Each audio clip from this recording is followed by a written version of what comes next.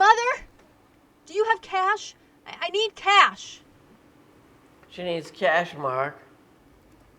Mark, get your nose out of your laptop for a minute. Your wife needs cash. Do you have any? Don't they take credit cards, Rachel? Cash only for purchases under $20. What? Caleb, put that down. You have Matchbox cars already, that's why. And why are you crying, Penelope? Mother, I need $16.99. For God's sake, Penelope, look at the sign. If you break it, you buy it. Can't you read? Easy there, Rachel. My granddaughter's 3. You couldn't read till you were 7 years old. Your wife was a slow learner, Mark. She couldn't tell time till the 3rd grade. Maybe it was the 6th grade. What time is it? 3:15. Your interview's in an hour. I know. Did you know that by the 6th grade, my daughter could name every country in Africa and recite the kinetic molecular theory? It's true. But she missed the school bus at least 3 days a week, and I'm being generous here. Rachel, I'd say, just follow the rest of your classmates. Everybody boards the bus at 3 o'clock sharp, when the big hand's on the 12 and the little hand's on the 3. Well, this is funny. Well, not ha-ha funny, but, well, surprising, because her father, may he rest in peace, was a mathematician. Did you know that? Vaguely, yes. I mean, yeah, we have the same alma mater. I forgot you went to Brooklyn College, too. I heard their graduate program in political science is competitive. Highly competitive, Rachel says. I remember she wore a yellow dress to your graduation, remember, to match your tassel and hood set. Oh, she's very proud of you, you know. My dad? Oh, he was so proud of me, too. He was a nurse in the Army, Private Goldman. As a child, it embarrassed me. What did your father do in the war? Mine was a captain. Mine was in the Navy. Then I piped in, mine changed a man's artificial eye in a military hospital. Ooh, cool. I'm never going to get these products straight. You want me to quiz you? No, but thank you, Ruth. You're welcome.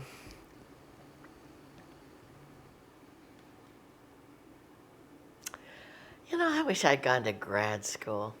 I thought about it, but I was afraid to take the GREs. I knew I wouldn't pass. I always dreamed of studying something where I could get a job that required you to wear a white lab coat. Other than that, I had no particular interests. And this is funny. Ha-ha funny or surprising? Oh, so you were listening to me. Well, surprising, I guess. Because I used to take David's pop quizzes, you know, for 5th grade math, and I'd flunk half of them. I mean, what's an irregular polygon? What's a rational number? And like, who cares? Oh, David. I miss him so much. He sponsored the math program at PS 41 for 20 years. Some of his mathletes attended his funeral, too. He loved teaching, almost as much as I love caffeine. Macchiato, cafe au lait, nitro cold brew, yay! Fractions, decimals, division strategies, blah.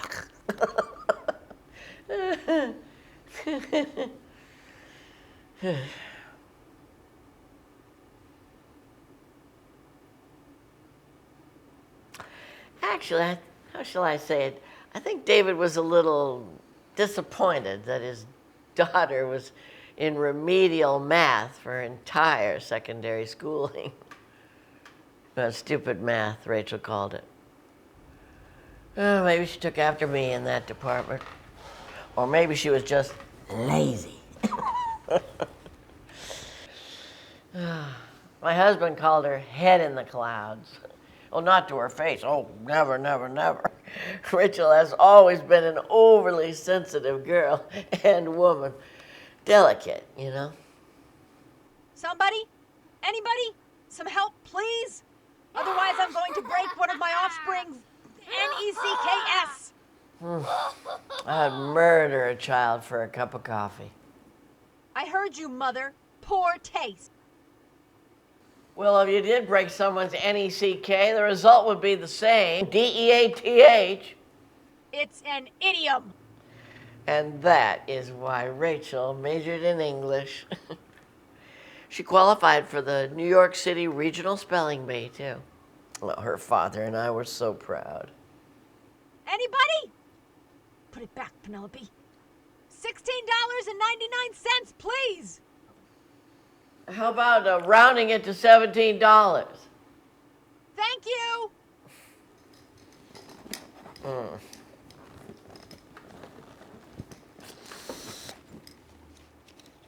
Oh, my bad. I don't have that either. Do you have any money, Mark? There's a cash machine on the corner. Hold on a sec.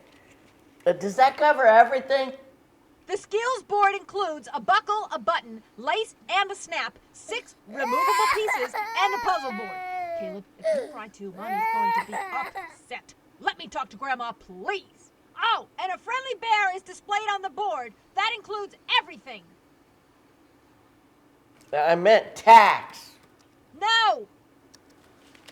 I've got $7 on me. You want to make a run at that cash machine? 42, that's $16.99 minus 42, that's $25.01 plus tax. Yes. Well, let me treat the Mark. You've done enough for us already. Well, it's not like I'm treating your family to a trip to Disney World. Besides, what's the name of the toy? Melissa and Doug Basic Skills Board and Puzzle. It's just a Melissa and Doug Basic Skills board, Mark. Yeah, and puzzle. Honestly, Ruth, the kids can live without it. I get my unemployment check on Monday. I appreciate your generosity. We all do. Our electric bill, the cable bill. I am indebted to you. The kids, too. And Penelope would sleep with her under-the-sea mermaid palace if we let her. She said it was from Uncle Sam. She's right. And the skateboard and helmet for Caleb, was that also from Uncle Sam? Because he says that that's from Uncle Sam. He's right, too.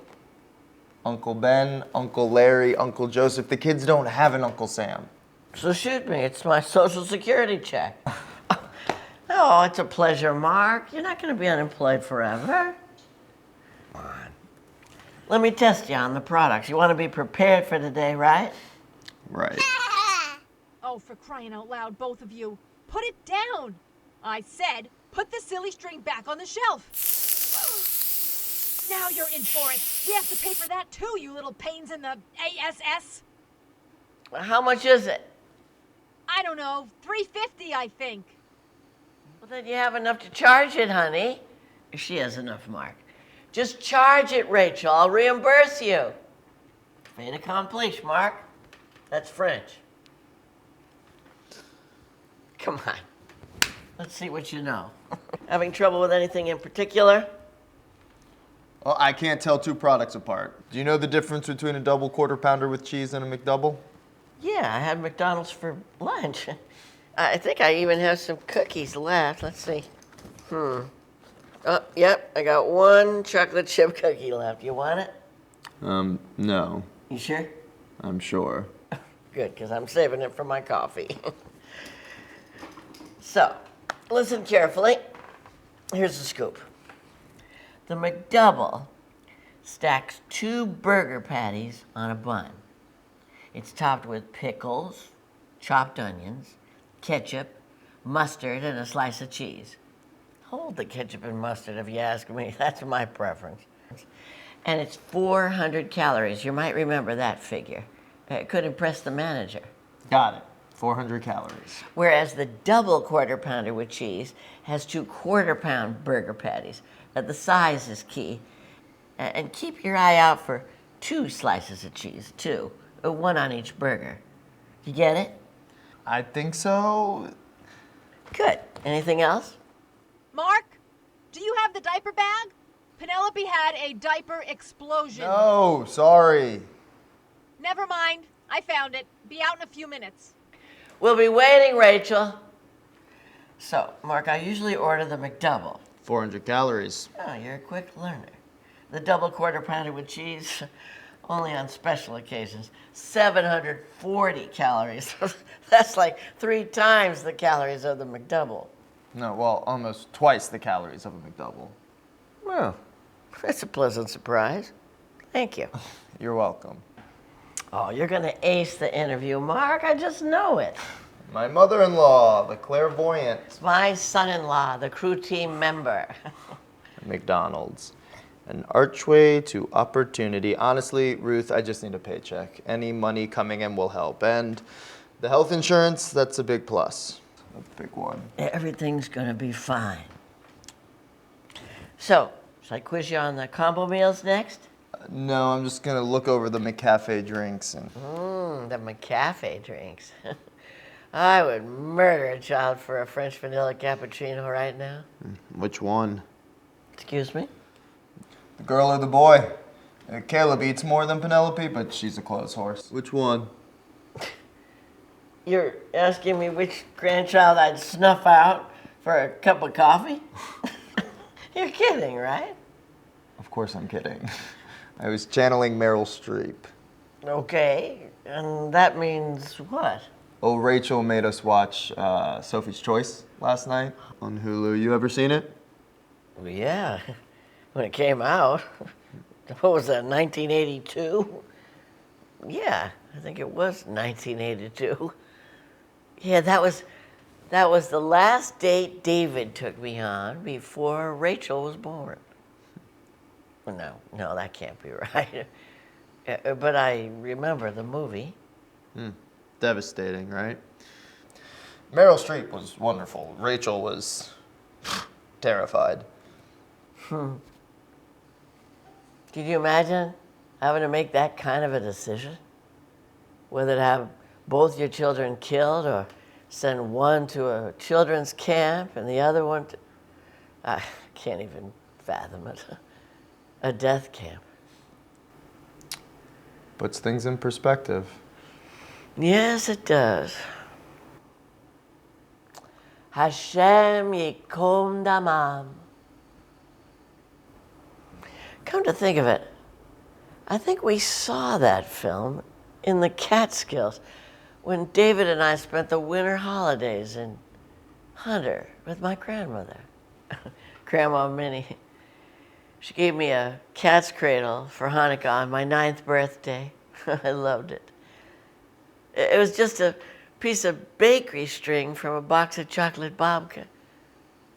That was a real treat. You know what I'm talking about, Mark? That red and white string they tie up the pastries with. Grandma Minnie couldn't afford anything else.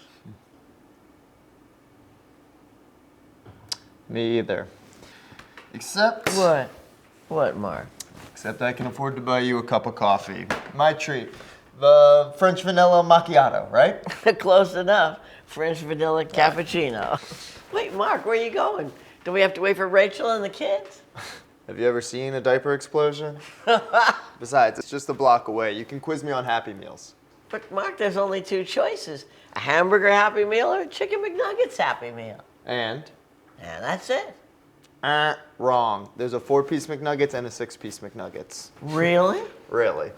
Well, what are we waiting for? Let's go. Hey, you guys, wait for us. Don't touch one more thing, Caleb. Not the diaper. Oh, Lord, not the diaper. We'll be there in a minute. You're going to get this job, Mark. It's a no-brainer. Yep. Because I am F-U-C-K-I-N-G. Awesome. You and your whole family, Mark. Effing awesome.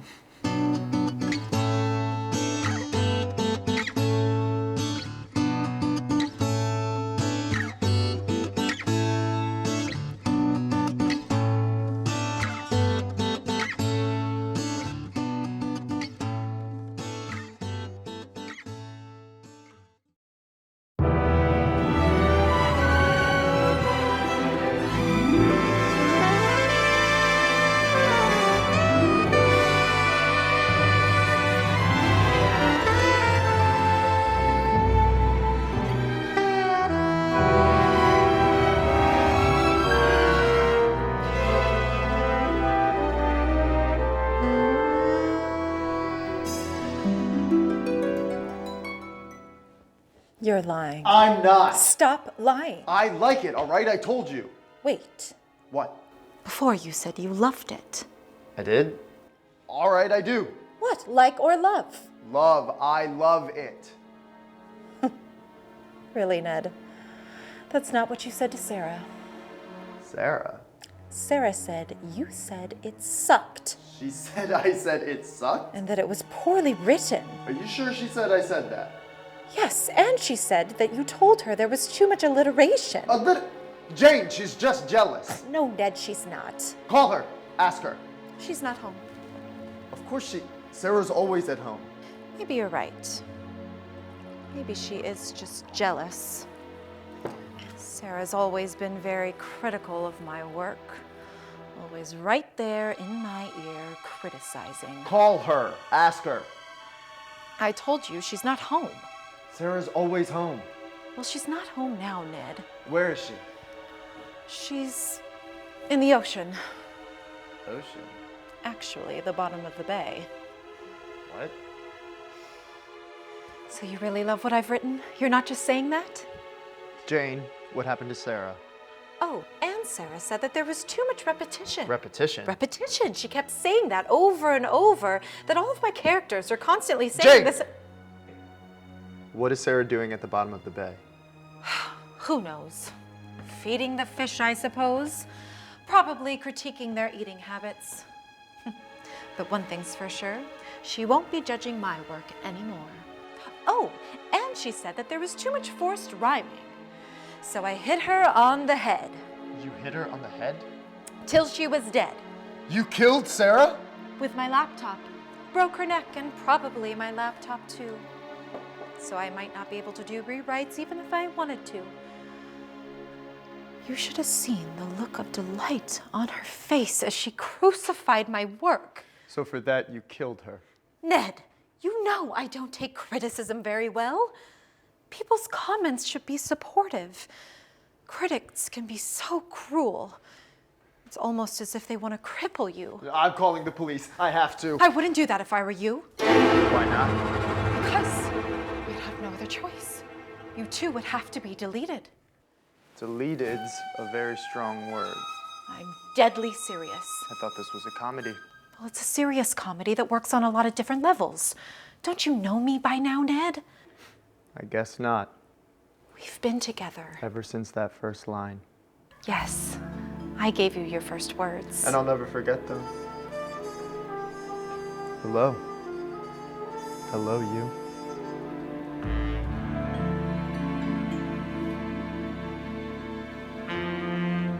It was all so simple back then. I always loved my characters in the beginning. I don't know. Seems like so many pages ago. But Ned, you know I choose my words very carefully. And if you make that phone call, I'll have no other choice but to delete. You'd do that to me? It's for the good of the play. After all these pages. Anything that stops the storyline. Please, don't say another word. You know I always have to have the last word. I get the drift. This isn't the final draft. Don't you see what's happening? No. This really isn't about a phone call to the police or even Sarah's supposed death. Don't you realize what's really happening here? No. Is it in the subtext? Let's face it, Ned. We've been going nowhere fast. The story needs to end now. Why? Because there's only a few pages left. What about me? I'm sorry. You have to go. It's for the good of the play. No! No! No! Don't! I was hoping this would be my last rewrite. It can be! Don't you want a happy ending? My silly Ned. Happy endings are for fairy tales. Plays are more like mirrors. No, but I'll be a better character. It's not you, it's me. You can show a whole other side of me. In a 10-minute play, there's not enough time. Ned, I'll bring you back. Another time, another play. Did you say all that to Sarah before you... No, Sarah was easy to delete. An early draft, easy to discard. Look at me. What? I want you to know, you were my favorite. I was? Every word, every line. I thought I'd be with you right till the end.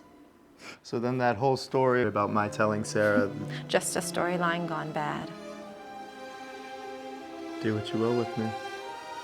Ned, we'll always have that first draft. It was beautiful. I promise. My next play's got your name written all over it. Does it? But until then, Jane? yes? Hello? Hello, you. Hello, you. The lights begin to dim.